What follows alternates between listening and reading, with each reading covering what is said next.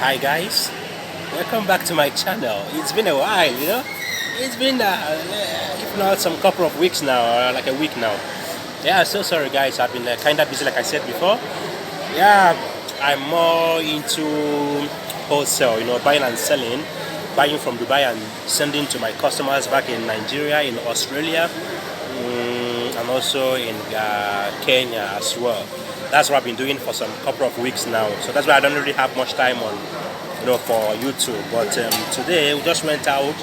I went out together with my family here in Charger. It's called Sahara Mall, Sahara Center. Yeah, you know, to see how things are going. So that's it. Thank you very much for always being there, for watching my video, subscribing, liking and sharing of my video. Thanks a lot. I do appreciate. Yes, and those who haven't subscribed yet, please do subscribe to my channel. Yeah. So now today, basically, what we're gonna discuss today is I wanna share my life experience, which is my 8 years in Dubai. I wanna share the experience with you guys, so you guys will know how I started and where I came from and where I started and all that. So it might take us some couple of minutes to discuss. For me to share my story with you guys. Yeah, and maybe next day or maybe by next week I'm gonna share about my own personal life, which is from my family, my background, where I came from in Anambra State. So today, actually, let me start. I actually came from. I came here 2012, September 1st. Yeah, it's okay. Keep it here. She's gonna be right back. So September 21st, 2012. That's when I came here. So it wasn't easy, my brother. Why I'm saying this, why I chose this topic to discuss today, is because of many guys that thinks that coming to Dubai or going to abroad is just, once you don't get there, you begin to pluck money from that tree and all that. It doesn't work that way, my brother. Things are not really that easy at the beginning. You get the point here. Forget about the way I'm looking right now, this and that. Yeah, I'm in Dubai, I'm living fine. I have my family here with me. I'm married to a Kenyan woman. I have got 2 kids with her. Everything is going, kind of fine. This and that. Forget. Man, start from somewhere. So, I made my visa from a friend of mine who happens to be my roommate back in Onitsha, Awado Bosiden. This guy duped me. Yes, the guy duped me actually, because I paid him for direct employment, which is working visa. But he turned out to give me just 2 weeks visa, because that time they have 2 weeks visit visa for Nigerians. He gave me 2 weeks visa to come to UAE. So I didn't even know, because everything was written in Arabic. I never understand anything then. So I paid him as of 2012. That was 750,000 naira. That's what I actually paid him. So what happened next? I paid him that money. I didn't know anything. He gave me the visa. I booked ticket. That ticket cost me around 300k Etihad back then. So I finally came to. I left home. The drama at the airport. The way the immigration officers, they extort money from people. Basically, they did the same to me. They extort a lot of money from me. So that one apart. So when I finally arrived, in it's called Abu Dhabi. It's the capital city of UAE. I didn't know the difference then. So I thought everywhere is Dubai. I never knew that Abu Dhabi is a capital city. Just like when you get to Nigeria, Abuja is a capital city, which is far different from Kogi State, Lagos, Enugu, or that kind of stuff. I never knew. So when I go to Abu Dhabi, I find it difficult to locate where I'm going to. So what happened is this: when I now switch on my phone, I now saw some messages. Now I checked. It happens to be the guy that made the visa for me. Initially I thought the guy was here in UAE. I never knew that this guy was in Nigeria, was in Lagos. He actually came to Dubai, yes, but things did not go fine with him. So he have to come back home without letting anyone knows. So I paid that money, hoping that the guy is here, was here then. So what happened? When I saw the number, it was written, call one of those guys, they are all my boys. they will pick you up from wherever you are, this and that. So I said that's fine. And now he mentioned go to Deira Park Hotel. That is when you will now call those guys. I now came out from the airport. I now start looking for taxi. When I get to one Pakistani guy, I asked him, do you know where is Deira Park Hotel, African Quarter? He said yes. I never knew also that Abu Dhabi to Dubai is not just from here to there. You understand? So now the guy now took off. It takes us more than 2 hours. No, let's say 1 hour something, 1 hour 45 minutes from Abu Dhabi to Dubai by car. You know how much it was? 300 dirhams, which is equivalent of almost 20-something thousand naira of them, because that time a naira to dirham was around 1 dirham was around 43 naira then. So it was horrible. When I got to African Quarter in Deira Park Hotel, things wasn't that easy also. There you can find many Nigerians. Basically, I mean many of them, they are all Igbos. So I now now went to one guy there. So I now told him my situation. I just arrived this night. It was around 12 midnight, 12 to 1 midnight. So when I explained it to the guy about my situation, he said, wow, that's fine. You're my brother. I came from Anambra State also. So what's gonna happen now is this: give me money. Let me go and get SIM card for you. I thought I had found my brother. The guy made away with my 100 US dollars. Yeah, to get a SIM card for me. I didn't know the difference. I didn't know anything. So he made away with my money. That is story for another day. Now what happened next? I now got another guy again who now promised me, yeah, come, go and lodge in the hotel first. Tomorrow you will start looking for the people that you are looking for. Yeah, come, I will rent a hotel for you. Give me money. Everything is all about money. So I was about to give the guy money. Now someone else now called me that, wait, you said someone sent you a message, right? The guy that made it for you. I said yes.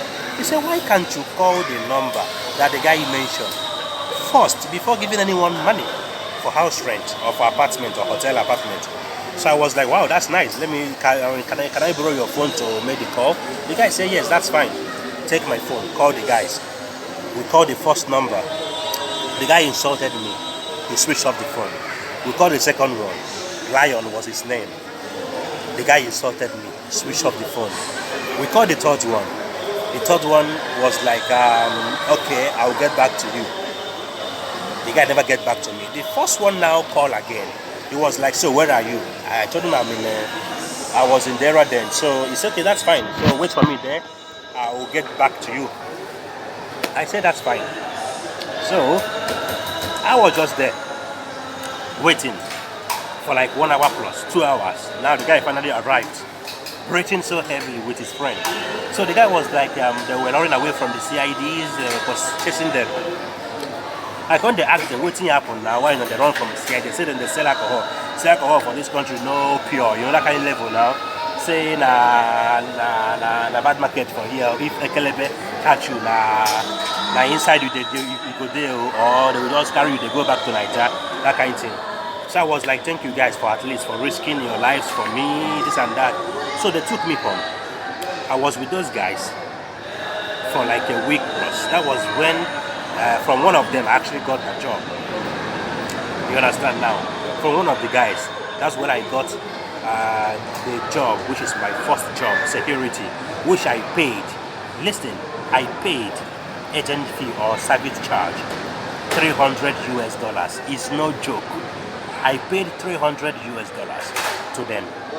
Yes, to my Igbo brother who got the job for me. So when I went for the interview, it was horrible.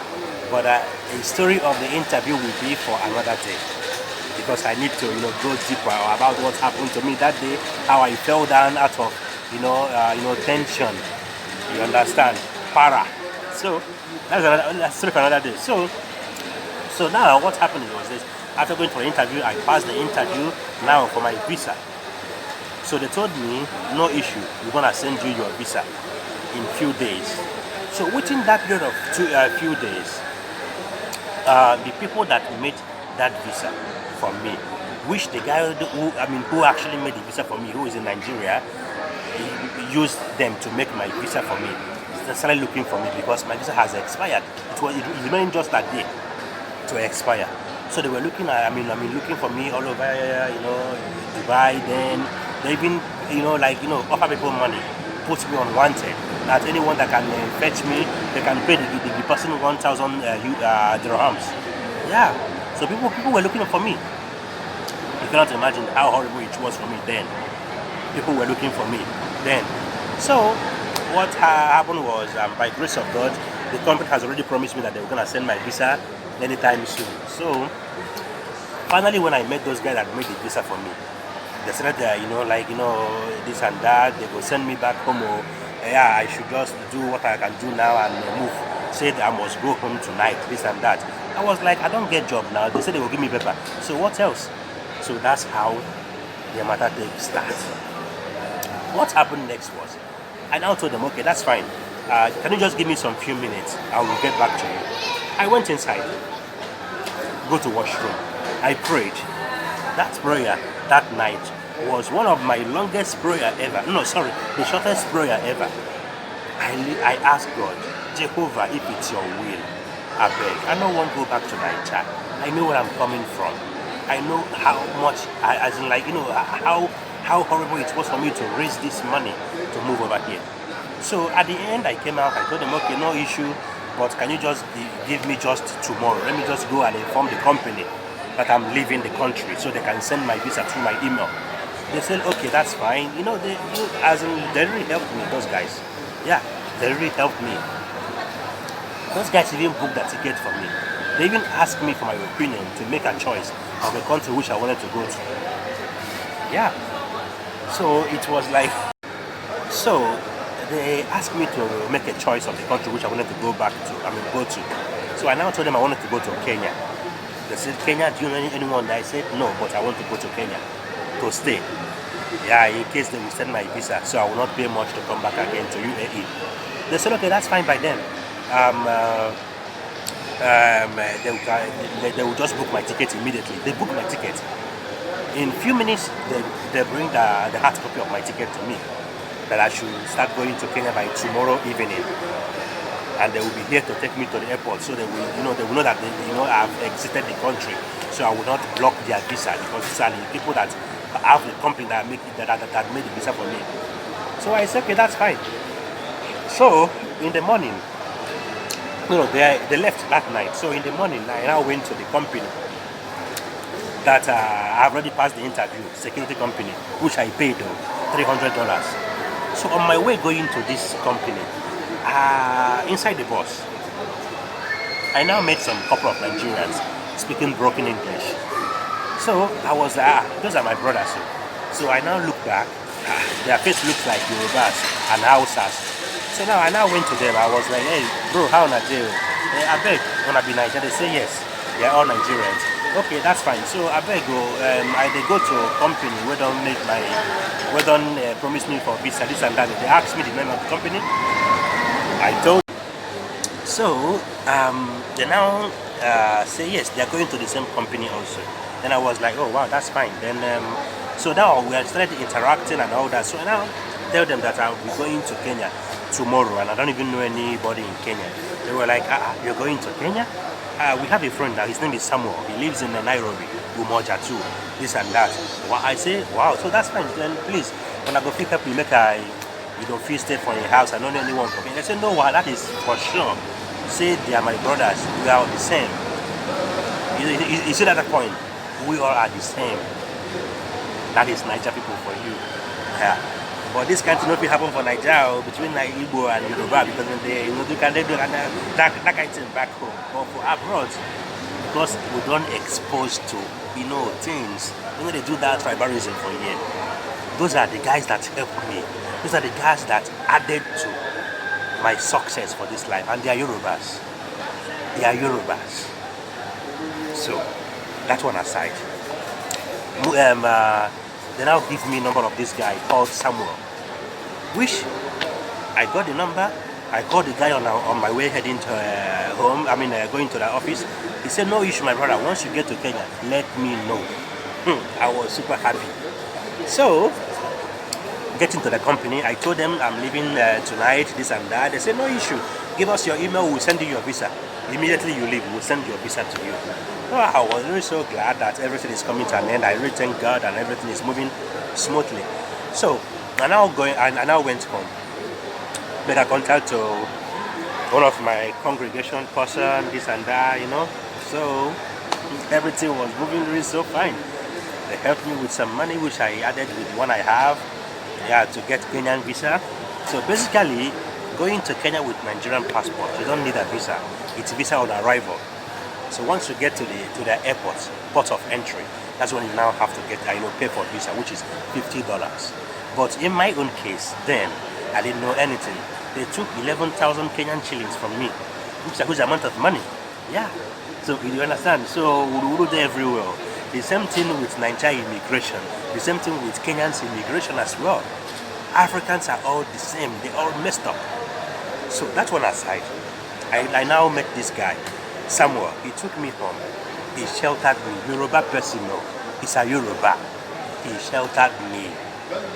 This guy helped me. I was in his house for complete 7 days before I now got my visa. I now came back again to UAE.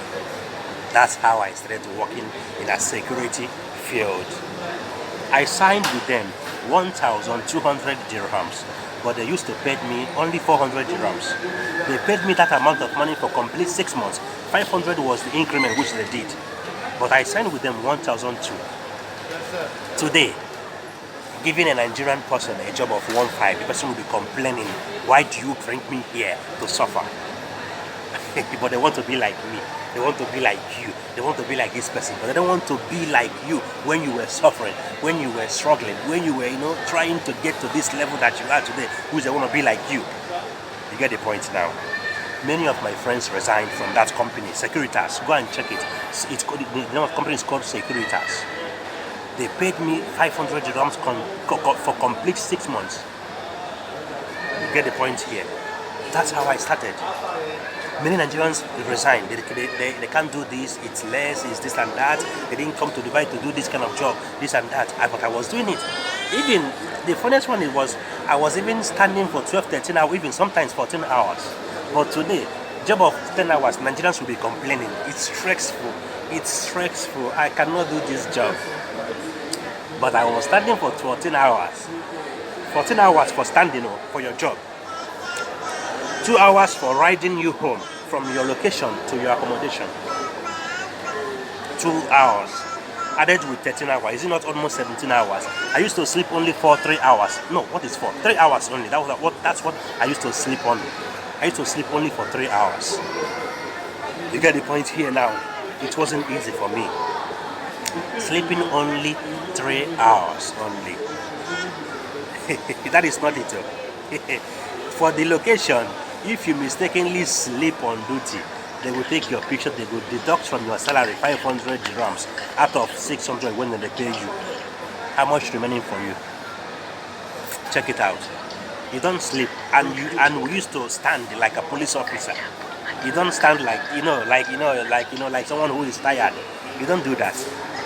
They will terminate you or they will give you fine. You get the point here. So it wasn't easy for me when I was, struggling to get to this stage that I am today. So that is it. But today, everyone wants to start earning money. Immediately they enter Dubai, they want to begin to earn salary, huge amount of money, without knowing that you need to start from somewhere.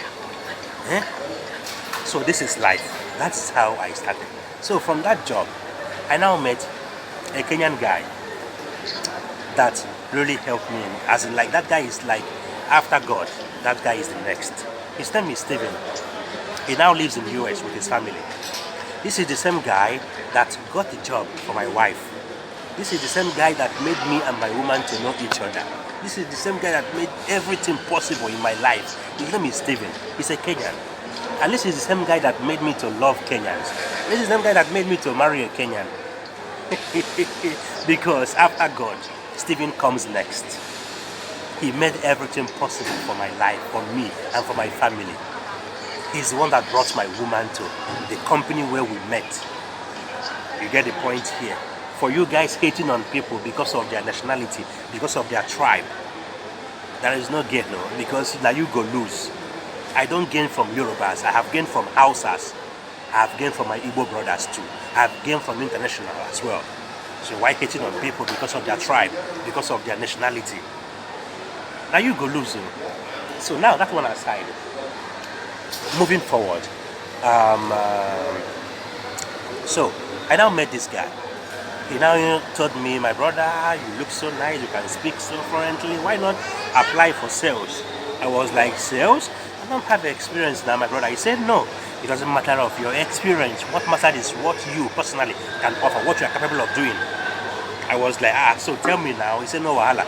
Come to my store whenever you are free. I will brief you more about my company. Maybe you can apply there. That guy was the motivation that got me my second job, which is sales. Now, from security to sales, there is no connection. But Stephen made the connection to be possible through Jehovah. You get the point here. Because if not because of Stephen, I wouldn't have, to have that idea that I can actually, do some impossible, something which is not possible. Yeah, because if not because of that guy, I would have remained in security level. But he made me to understand that, man, you can do anything possible. It's only your mindset, which is, you cannot do it, but you can do it, man. And I did it. On my CV, that one, I go tell you now someday, the CV which I used to, got the job, I did not put security, I put customer service. Because what you are doing here is not security, you don't have a gun. So you are practically a customer service personnel, a concierge. That's what you do. You got the point here. So that's what happened. So I now went to drop the CV. I dropped the first day, second day, nothing, no call, nothing for the interview. But before then, I have already failed interviewed in 3 different occasions, both in Axiom Telecoms, in Virgin Megastore. I have failed their interview, a lot of places, before finally that Crocs. So Crocs, I submitted my CV for continuous for 1 month. You understand? And how I used to do it, I normally take night shift from my security job. So I do night shift from 8 p.m. to 9 or 10 a.m. in the morning. So once we finish from duty, I will from that place straight ahead to Crocs head office to go and drop my CV. Not only there, I used to drop so many places, even Our Choice, a lot of places to drop my CVs there. You understand? So before I would get home, it might be around 2, 3, 4. So I have to sleep only a few hours, 3 hours, before I will start getting ready again at 6 for the night shift.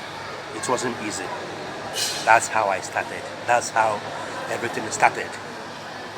So, within some few weeks after my dropping the CV, they called me for an interview. Something will be your own, go be your own.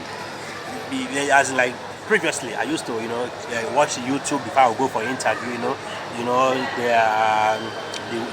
The presentation on YouTube. I used to check from Google, Wikipedia, and all that to know, what's up, how to do, how to talk, how to respond, what to say and what not to say.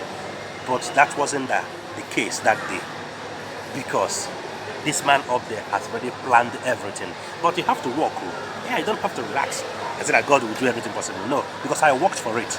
So on that day, it happens that the lady interviewing me, she happens to be from Australia. To come from Australia, and she's a HR. She was a HR then. So what happened was this: she didn't even ask me as per the way the rest of people that I have met on my interview used to ask. She was so plain and so neutral, as if she's my friend. She was even asking me about the football club that I'm supporting. I was I'm supporting Chelsea. She was like, wow, why do you support Chelsea? I said, because I've got some of my brothers there, like Drogba, Michael Essien, Mikel Obi, She was like, oh, that's fine. Oh, they're African. I said, yeah, they're Africans. Oh, that's good. That's nice. So, something which is out of point, out of business. She was even asking me about my sex life. Do you have a girlfriend? Do you have a wife? Hey, I really feel so comfortable responding to, interacting with her. So, what she really wanted to know is if you can speak, if you can, if you are, kind of, relax. So that is it. Why going for interview? You don't need to, pack too much things in your mind. No, just be neutral, be yourself. Yeah, anything will be your own could be your own, but you have to work, but you don't need to stress yourself, my brother. You get the point here. So now that's how I got the job. The next day they called me for for congratulation messages. Yeah, thanks. Welcome to Crocs, Mr. Jaswo. You passed the interview, this and that. That's how I got it. Now, from 600 dirham, which I used to, no, from 400 to 600, which I used to get from my previous company, security. At the end of my contract with them, they have started paying me 1,002, which was agreed on. After that, moving to Crocs, they started paying me huge amount of money. I mean, huge amount of money, more than 5 times of what I used to get from security. So that's how everything started. And even in that Crocs job, I was there for like 3 to 4 years before I now changed to different company again. So this is how my life changed, how my life started, how I built my life, how I built my career in this country. But it all started from small money of 400 dirhams, which is less than 10,000 naira as of then, because then the rate was 42. 40 per dirham to naira. You get the point? So, to make it short, this is the end, but not really the end. This is like the part 1. I will still brief you guys about the rest of the story on a very good day. So, but the point which I like to highlight here, or to shed more light on, is the fact that you don't just expect you coming over, not only here in Dubai, any part of the world. You don't just expect you moving today and you start earning tomorrow. It takes time. It's a process. It's a gradual process. You don't just come in from nowhere and start. Come on. In most European countries, you need to learn the language first. Yeah, you need to learn the language first. You need to know about the culture of the country that you are in. Yeah. So you know what's going on, Yeah. So, and secondly, most Nigerians, like everything about them is all about money. Yet they forgot that there are some side hustling which you can be doing in this country, even any part of the world. Yeah, there's some side hustling. Yeah. So it's not a must that you should just be, doing that your job. Job is fine for you to get a paper to farming, for you to be legit in the country. But again, why doing that job? Because this is what I didn't know before. Yeah. So why doing that your job, which you must have gotten your paper, so you are legit now. So at least put eyes in some side hustlings. Like there are some guys which are sending, those guys are agents, they send money home, they bring money also here. Those guys make huge amount of cash, but you don't know about this. It's side hustling. I've got a lot of friends that are into this business. So you should be, doing that. You have your app, banking, online banking on your, the application. Be doing it. You understand? So start from somewhere. Apart from that one I'm into, wholesale and retail. I mean wholesale. To go and buy stuff from like places like Zara, like Ajman, buy in a cheaper rate. Send it home. I deals on like this kind of thing I'm putting on now. The shirt, the trouser, the shoes, women's stuff, everything about women. I deals on that. Their Peruvian hair, the European wave, everything, the closure, like the makeup, the foundation, everything, almost everything. Yeah, just send me the sample. I will go and get it for you. You give me money, I will buy, I will ship. That's what I do. You get the point. You can also be doing the same. Your social media platform is supposed to be for your business, not for you to be showing us your fine boy and your whatever where you did. Come on, you don't pass that level. This is 21st century. Use that your Facebook account. That's your Instagram. That's your WhatsApp status. Use it for your business platform, like mine. For me, I know they post pictures again, though. They put my business there. That's what I'm into. You understand the point here? So use the same to advertise what you have, even if you don't have it. Tell them that you have it. Get the sample. Go and check it elsewhere. You will have it. You get the point. So you shouldn't be, be standing and be doing your job, doing for 12 hours like I was doing then. Yeah. So that is it. So you should know about the secret of a country which you are into. There are some certain things which is going around. You can get some money legitimately. Yeah, and supporting with your job. things will be going fine. You understand now? So that's how it goes. So we're gonna end this thing here for now. I've already talked a lot, but we have got part 2, part 3, part 4, part 5, part 6. Yeah, don't just move away from my channel. Oh. Yeah. So thank you very much, guys, for always being there and for supporting. Yeah, for subscribing also. Thanks very much. And I'm gonna go on with this part 2 some other day, not today. For now, I have to go, my dear. I won't go chop a bag.